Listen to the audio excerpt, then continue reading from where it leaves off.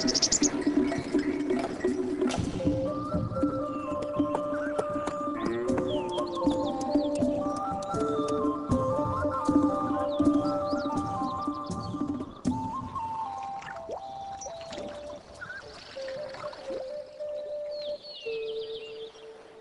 Sumer, part of the ancient land of Mesopotamia, there was a famous city-state called Nippur. One day, a teacher in Nippur asked his students to start a journal about their lives and their country. This is the story of one student, Nisaba, and her journal. Okay, here we go. Nisaba's journal, entry 1. Teacher wants us to write about our lives. What is my life like here in Sumer? I think I'll tell the story of my people from the very beginning. My grandfather knows all about it. He says the first thing we Sumerians did was get really good at farming.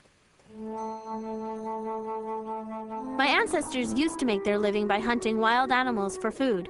They were constantly on the move following the herds. As they traveled, they would also gather wild berries, nuts, and greens to eat. But they often didn't know where their next meal would come from. It was a hard way to live. Then they discovered they could plant and harvest a kind of wheat they found growing wild. And they also found out how to tame wild goats and sheep and raise them for food. Grandfather calls that domestication. It meant they didn't have to hunt for food anymore. They could grow it themselves. And so my ancestors stopped wandering and stayed here. They discovered that food grows better here than almost anywhere else. That's because we're in a river valley, right between two rivers, in fact. Mesopotamia actually means land between the rivers. One river is the Tigris, and the other is the Euphrates. My grandfather says it's easy to grow food in our valley because the soil here is so fertile. And he says that is because of the mountains up north. It snows a lot up there in the winter. When the snow melts, all that water runs down into the valley and into the rivers. Then the rivers rise over their banks and flood the valley. And they dump a lot of really good dirt on the land. It's great for growing food in. So now we eat really well. We grow barley and wheat, lots of beans and fresh vegetables, and fruits like melons, dates, apples, figs, and grapes. Our animals give us milk, cheese, and meat, and there are always plenty of fish in the rivers. When my ancestors first started farming here, their biggest problem was never knowing when a flood might come and wash away their crops. Crops survived that. They might die in the summer when it's so hot and there's not enough water. But my people didn't give up. Instead, we actually invented a way to control the river. First, we learned how to build levees. Those are big piles of earth between the fields and the river. They're too tall for the river to get over, so they prevent the floods. Then we made gated ditches around the fields, and when the crops needed water in the summer, we would just open the gates and let some river water flow in.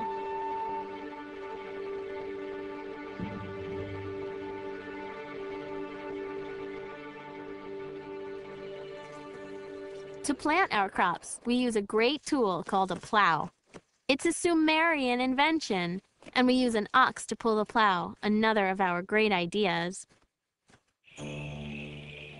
Some of our smartest people invented a calendar based on the moon and stars. My grandfather says nobody had ever thought of a way to measure time like that before. It helps us know when the floods will come.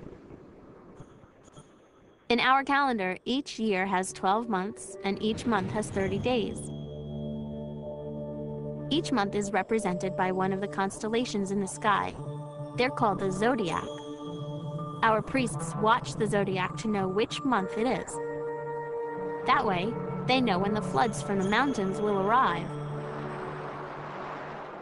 We Sumerians also invented writing. My grandfather says that in the old days, nobody knew how to write. Well, if you can't write, how do you keep track of how many animals you sold last month? What are you supposed to do, paint them on cave walls? No, we're much more modern here in Sumer. We figured out how to write on clay tablets. You just take a piece of reed and cut a stylus from it. That's a sort of hard, pointed tool. You press the point into some wet clay, and pretty soon you're writing. Our style of writing is called cuneiform. With writing, you can keep records of everything you do. It's great, because then you don't have to remember it all. You also can make things permanent when you write them down.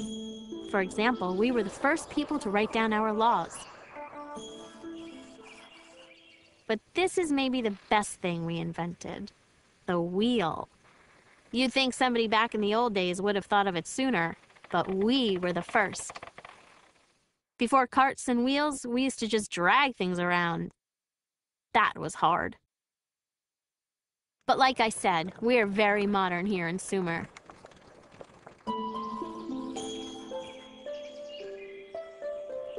My grandfather says that in the old days, most everybody had to work at farming the land. But not anymore. We Sumerians got so good at growing food, some people could quit farming and let others grow enough for everybody. Of course, you had to be neighbors for that to work. So people settled down close to each other in villages. And the villages grew into city-states. Each city-state has its own king, and each one is sacred to one of the gods. My city-state is called Nippur. It's on the banks of the Euphrates River, and it's the most holy city in all of Sumer. Nippur is sacred to the god Enlil, our greatest god. His temple, the ziggurat, is right in the middle of the city. Our ziggurat is named Eduranki, which means the house binding heaven and earth. The ziggurat is a huge square building, sort of like a pyramid. It's made of several layers, or stories. As you go higher up, each story is smaller than the one below. The very top story is the temple, where the god lives. Around the ziggurat are houses where the wealthy people live, like priests and merchants, for instance. They live in two-story houses. Further away from the temple are one-story houses where shopkeepers and craftspeople live. And beyond them live the farmers and fishermen. All the land outside the city belongs to the city-state too, but most people live inside the city walls. We are very good at making bricks out of mud. That's a good thing because there's a lot of mud here. We gather a bunch of mud, pat it into square molds, and bake the mud bricks in the sun until they're dry. We use them to make all of our buildings. Here's my house. My family lives in one of the two-story houses close to the ziggurat. That's because my dad works for the king. My mom runs the house. Our slaves do the actual work, but my mom supervises them. They prepare meals, keep the house clean, and do other household chores. Mother also weaves beautiful cloth to make clothing. Her cloth is made of fine wool from our own sheep. She sells a lot of it to the traders' caravans. My younger sisters help my mom spin yarn and weave cloth. But I begged my dad to send me to tablet school. I'm learning to write so I can be a scribe. It's a really important job. There are a lot of other jobs in Sumer, like being a potter or a fisherman. Some people grind grain into flour and brew beer. Some are traders, and some just play music. Hey, that wouldn't be so bad. But it would be bad to be a slave. Some slaves were captured in war, and others became slaves because they owed money. They have to work for 3 years, often in the grain fields, and then they are set free. Besides the king and his family, the people with the highest positions are the priests. They care for the gods and make sure they're happy. That reminds me, I should write something about our religion. It plays a big part in our lives. We believe in 7 great gods of the earth, sky, sun, moon, salt water, fresh water, and wind. My city, Nippur, is protected by the god Enlil, the god of wind. We believe he lives in his temple on top of the ziggurat. We spend a lot of time praying to our gods. A lot of people even make a little statue of themselves praying and leave it in the temple. The statues keep on praying while the people go about their daily chores. Our priests hold ceremonies to honor the gods and offer them food twice each day. My older brother Shulgi is a priest in the ziggurat. Only priests are allowed inside. Shulgi reminds me of that every chance he gets. Gods own the land and everything on it. So we give the gods everything we grow. Then the priests share it with all the people. They make sure everyone gets enough. Each city-state in Sumer has a king called an Ensi.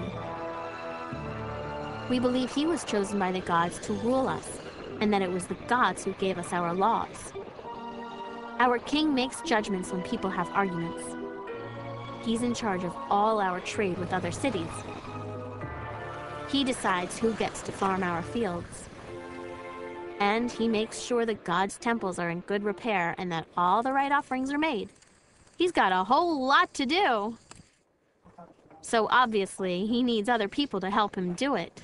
My dad is one of them, and of course my brother helps because he's a priest. Maybe I'll work there too when I'm older. Scribes keep records on clay tablets of everything that happens each year. The king and the priests all work in the ziggurat. It's full of offices and workrooms and storage spaces. To support the king and the priests, our people pay taxes throughout the year. Usually, it's something like a couple of sheep or bags of grain. But there are taxes on almost everything. We get taxed on the livestock we own and on the fish we catch. We even get taxed on our funerals. In our city, every man who is head of a household has to pay a tax called the burden. It's not the usual kind of tax. It's time, not goods. The men have to spend time working for the government, doing things that help or protect the city.